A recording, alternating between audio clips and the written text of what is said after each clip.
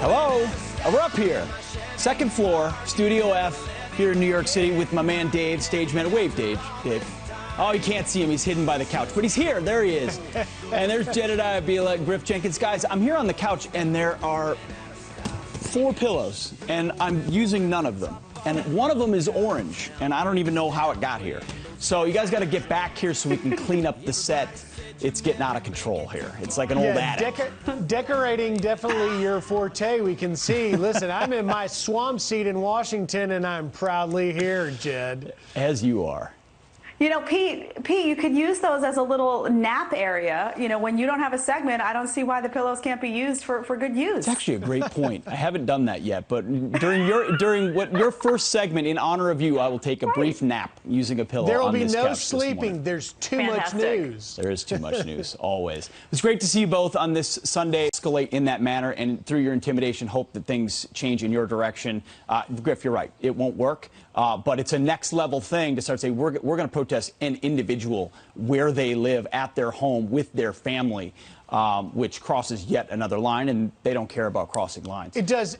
And Jed, such a great point about imagery. Just imagine, yesterday I was watching in Selma, Alabama, the flag-draped coffin of the late civil rights icon John Lewis. They were playing America the Beautiful in that service. I would just happen to be watching while I was making dinner, and it struck me that here was one of the country's great civil rights icons that fought non-violently for change in a country he continued to believe. But what we're seeing in Portland are those who simply do not believe in America, and actually many of them hate it and don't believe in its greatness. Meanwhile, talking about greats that we have lost, Regis Philbin, a legend in television, passing yesterday, and the world is pouring out their sentiments. Kathy Lee Gifford on Instagram writing, "There are no words to fully express the love I have for my precious friend Regis. I simply adored him, and every day with him was a gift. We spent 15 years together, bantering and bickering and laughing ourselves silly, a tradition and a friendship we shared up to this very day. I smile knowing somewhere in heaven at this very moment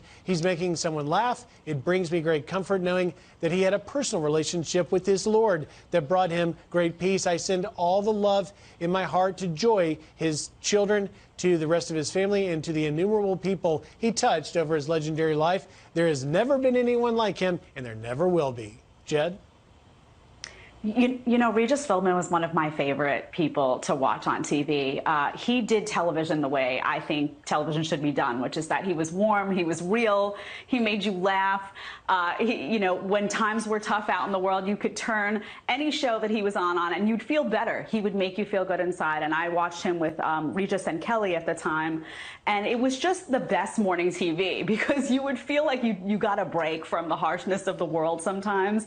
And he was just a fantastic television personality. You see him there sitting on the curvy couch.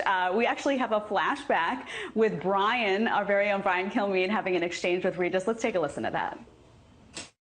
How many times a day can you see this guy? I'm sorry. He keeps popping up in my life. Now, there's a chance you're going to be shooting in our building, and that means we're going to get on the line together and get a big salad. We're going to see each other in the hall. How do I act? Should I act like myself? Should I ignore you, pretend you're not? From when that begins, you should call me Mr. Regis. Mr. Regis? Yeah. And what if do you answer, or you probably won't? Only to Mr. Regis. That's it? Yes. Then I say goodbye, Mr. Regis. Goodbye, Mr. Regis. That's it. See you on Fox. Such a great exchange. And if you talk to people who knew him, I didn't have the honor of knowing Regis Philbin, but people who knew him say he was that guy. Oftentimes you see people on TV, and they're not that way when you meet them in person, but people say he was that guy. He was funny, he was charming, he was just a regular guy who happened to make it in TV and wanted your house to feel like a warm, amazing place. So it's pretty cool. And we are going to have actually a few special guests today. Brian Kilmeade will be on the show. Dean Cain, our friend, is going to come on to share their memories of Regis Philbin, so you won't want to miss it. I know lots of you at home have had him, Regis Philbin, filling your homes with laughter and lightness throughout the years like mine. So it will be a great tribute today. Yep, I didn't know him, but just seems like a good dude. And it came across the screen, and that's why people connected to him. So that's right. Rest in peace. Rest in peace indeed. Turning now, though, to your headlines, starting with the Fox News Alert overnight. And President Trump hitting the links with legendary quarterback Brett Favre. They played at Trump National Golf Club in Bedminster, New Jersey. The two teeing off as they discussed how sports can safely reopen the economy. They hit the course before President Trump attended a fundraiser at the club. And those are your headlines. How about that? The president and Brett Favre. Jim? Yeah, that is a golfing duo that I am jealous of. There's no doubt about that. I can't lie. Brett Favre, he's the man. All right, still ahead. All eyes are on Capitol Hill, where Senate Republicans are expected to release their coronavirus relief bill tomorrow. The extra weekly $600 unemployment checks end today, unless Congress acts. Peter Morici on the 4 things he expects to see. Don't miss it, coming up next.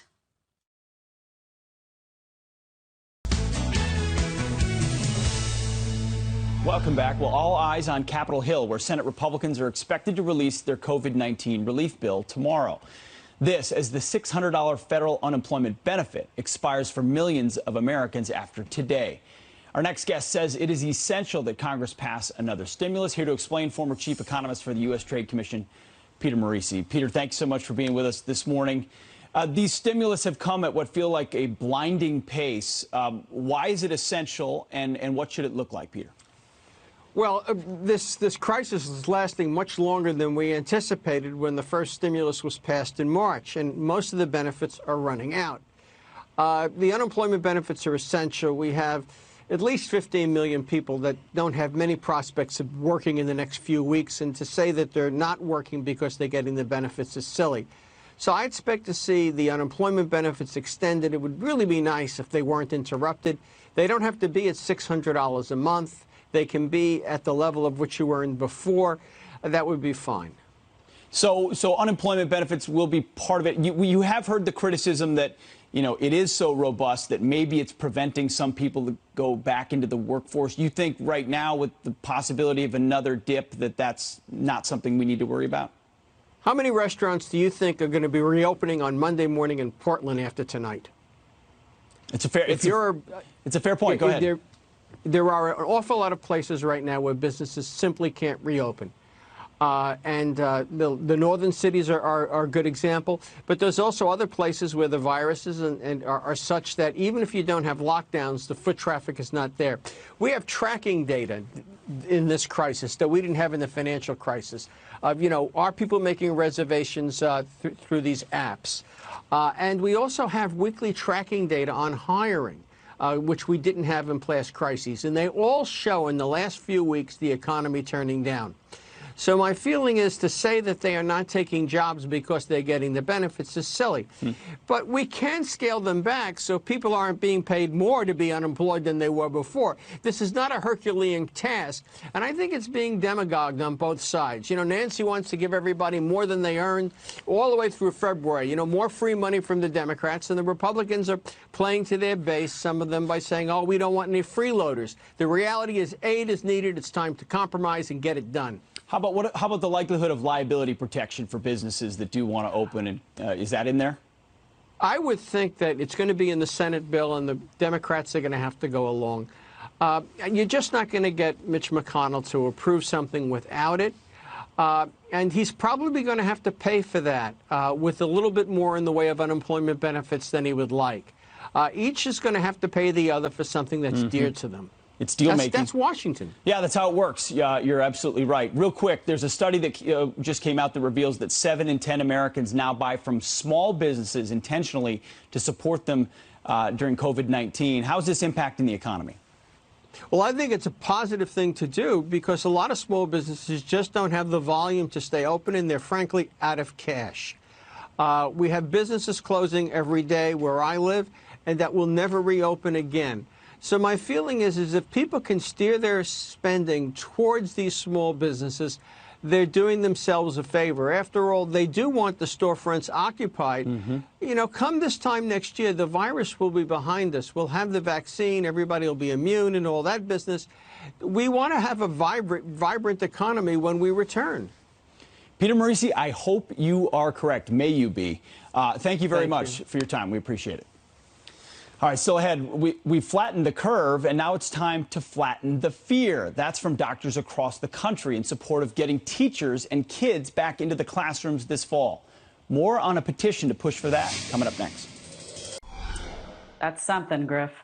Flatten the Fear. That's the name of a campaign backed by 1,500 doctors to reopen schools.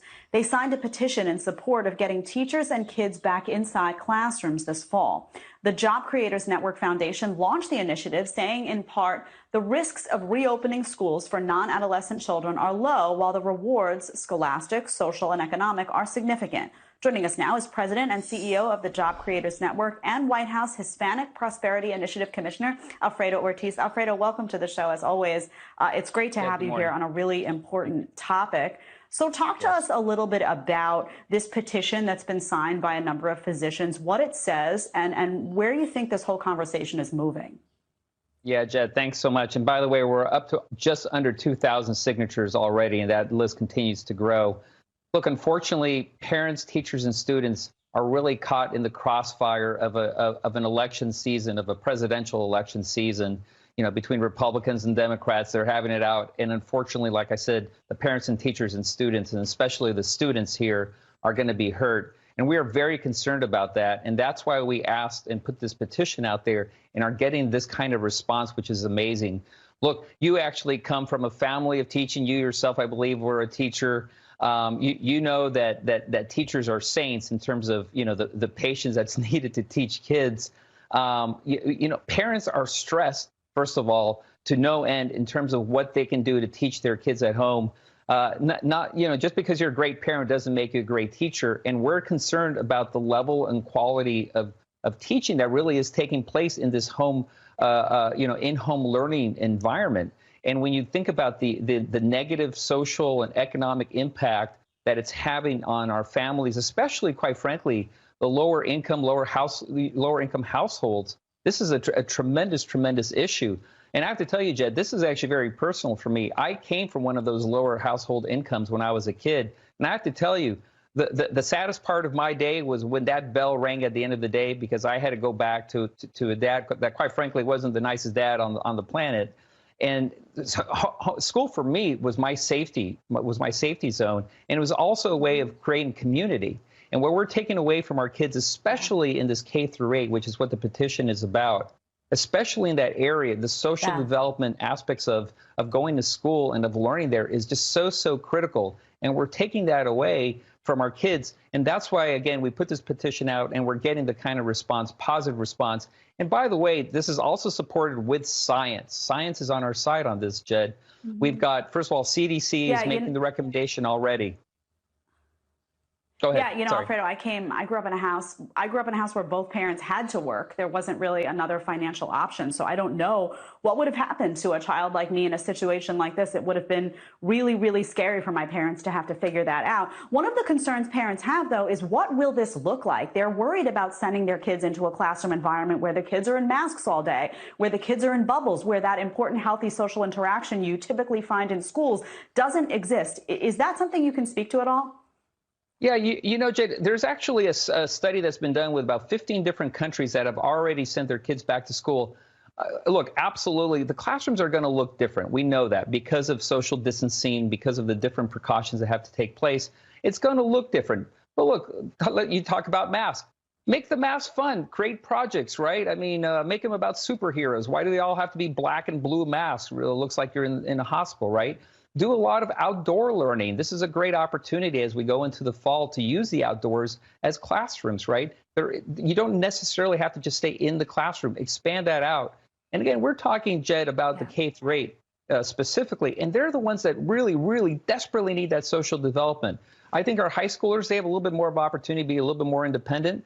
My focus and our focus really is this K-8, and that's why, again, teachers, what we're saying is, please, speak out, speak up, stand up, because we know, as you were as a teacher in the past, you love your kids, right? You love your children. You know that this is the right thing to do.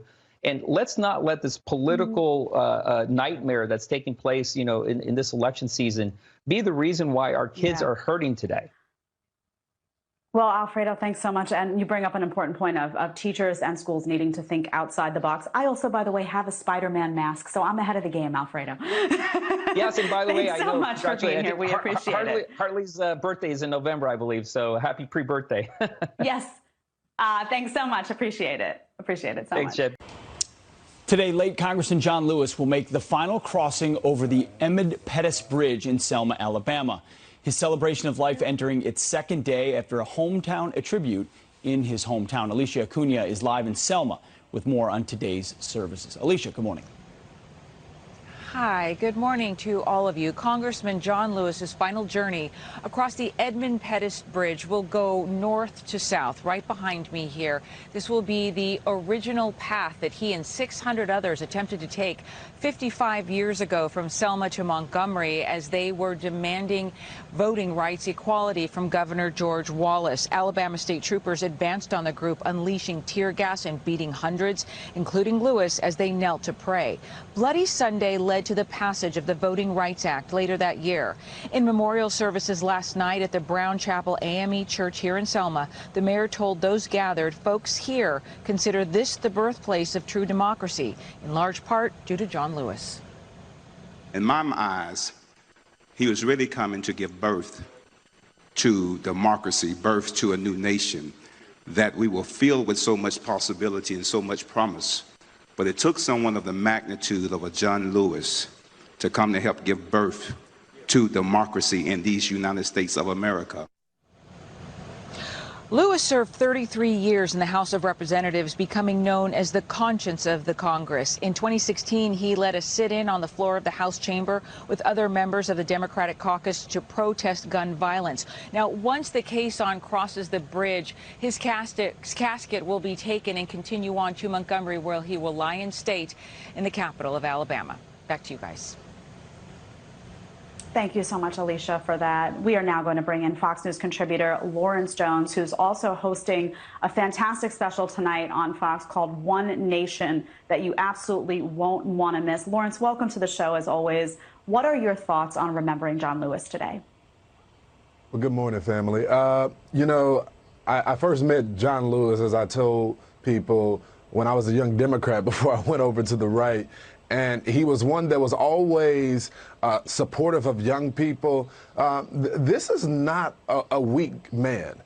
He was not a weak man. He was one that was strong with his words, but he was also a peaceful man. And he was one that condemned violence, but he wanted to get his point across. You know, there was so much back and forth when back in the day with him and MLK, because he wanted more action, and he was a young, precocious leader. SNCC was founded in response to the elders saying, I think you young people are going a little bit too far, you know, within policy. But he wanted to get his messages across in a peaceful manner. And so when I was a young Dem, fighting the establishment within the Democratic Party at the time, he was one of the ones that stood up for the young people. Now, ultimately left, but John Lewis was one of the ones that kept so many young people involved when they would get discouraged with how things were currently being run. You know, Lawrence, because you have such a diverse view of things from the Democrat Party and Lewis, and now more conservative, and you're here with us on Fox, your special tonight at 10 p.m. One Nation is so important. We want to play a little clip from it and then get your reaction. Listen. Overnight, Hannah downgraded to a tropical storm after battering southern Texas. Hannah made landfall as a hurricane, slamming the state with 90-mile-per-hour winds and heavy rain. Meanwhile, Hawaii bracing for impact as Hurricane Douglas inches closer to the coastline this morning. Meteorologist Rick Reichmuth is tracking it all. He joins us live with the latest. Hey, Rick. Hey guys, yeah, it's the season. Lots of tropical activity. I think we'll get a little break across the eastern U.S., at least for a couple of days. There's something brewing in the Atlantic that we are watching, however. All right, here you go. This is Hannah. Made landfall yesterday evening across South Texas around Padre Island. Continues to pull off towards the west as it does. Still bringing some pretty significant rain across areas of South Texas. But I think most of the moisture now is going to continue to move a little bit farther south. You see that track cutting right across the border there into Mexico and in towards northern Mexico. It's where the majority of the remaining precipitation will be had. But because of that, we have a lot of flooding concerns that are still in place. The rain's still falling across South Texas, and flood warnings in effect anywhere you see that green. Maybe another 2 to 3 inches of rain to fall right across the border area to the north of it. Most everybody, maybe another inch or two by the time this is all done, and then we'll be fully done with Hannah. Certainly some really significant flooding concerns. Yeah, Griff, you just mentioned Douglas. This is Douglas. Was a major hurricane and did have its sights set a little bit farther to the south on the islands. I think the storm is going to track just to the north of it and spare everybody. It will be really rough across the North Shore on those beaches, which, Griff, I'm sure you are interested in. So that's going to be one problem. Rain and everything will stay off towards the north. But the North Shore of those islands is going to be a big, rough day. I'll be Griff. on Surfline watching the live wave cams, that's for sure. Hoping everyone's safe. Rick, thank you very much. All right, turning now to a few additional headlines. Calls for